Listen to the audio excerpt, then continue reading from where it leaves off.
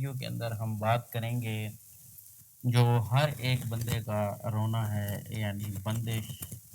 بندش کے اوپر ہم بات کریں گے کہ اس کو کیسے ختم کی جا سکتی ہے۔ اس کے علاوہ نظر بد ہے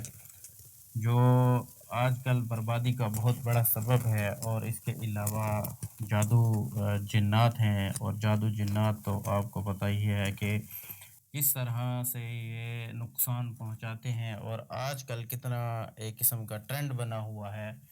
کہ چھوٹی سی بھی اگر کوئی تلخ کلامی ہو جائے کسی سے تو اگلا بندہ جو ہے سیدھا اس کے اوپر جادو جنات کا سایہ اور اثرات کروا دیتا ہے، اور اسی وجہ سے جو تقریباً روحانی مسائل ہیں، جو جتنے بھی روحانی بیماریاں ہیں وہ پیدا ہو جاتی ہیں، اور اسی کے ساتھ ساتھ جو ہے جسمانی بیماریاں بھی بہت ساری پیدا ہو جاتی ہیں، اور اس کے ساتھ جو ہے گھریلو الجھنیں جو ہیں وہ بہت زیادہ بڑھ جاتی ہیں، اور اس کا آخری حل میں آپ کو بتا رہا ہوں اس ویڈیو کے اندر کہ آپ ان سب چیزوں کو کیسے ختم کر سکتے ہیں، ان کے اثرات کو کس طرح آپ ختم کر سکتے ہیں۔ تو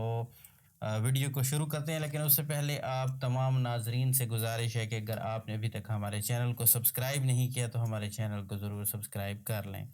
تو اب میں آپ کو بتا رہا ہوں کہ جو آیت ہے وہ آپ نے پڑھنی ہے، اور وہ یہ ہے کہ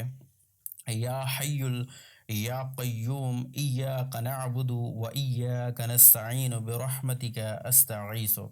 یہ آپ نے آیت پڑھنی ہے، اور اس کی جو تعداد ہے وہ ہے 313 کی، 313 مرتبہ آپ نے پڑھنا ہے، اور صبح و شام،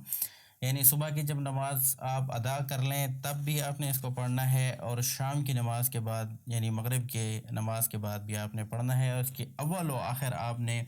درود پاک ضرور پڑھنا ہے جو کہ 7 مرتبہ ہے۔ 7 مرتبہ آپ نے اول پڑھنا ہے، اور 7 مرتبہ آپ نے اس کے آخر میں پڑھنا ہے۔ اس کے ہزارہاں فائدے ہیں، اور جو فائدے میں نے آپ کو بتائے ہیں وہ تو انشاءاللہ آپ کو ملیں گے ہی ملیں گے۔ ہزاروں لوگ اس سے فائدہ اٹھا چکے ہیں، آپ بھی فائدہ اٹھائیں، اور ہمارے اس ویڈیو کو آگے بھی شیئر کریں تاکہ مزید جو لوگ جو بہن بھائی اس گرفت میں گرفتار ہیں تو وہ ان کو بھی خلاصی ہو۔ پھر ملیں گے ایک نئی ویڈیو میں، تب تک کے لیے اللہ حافظ۔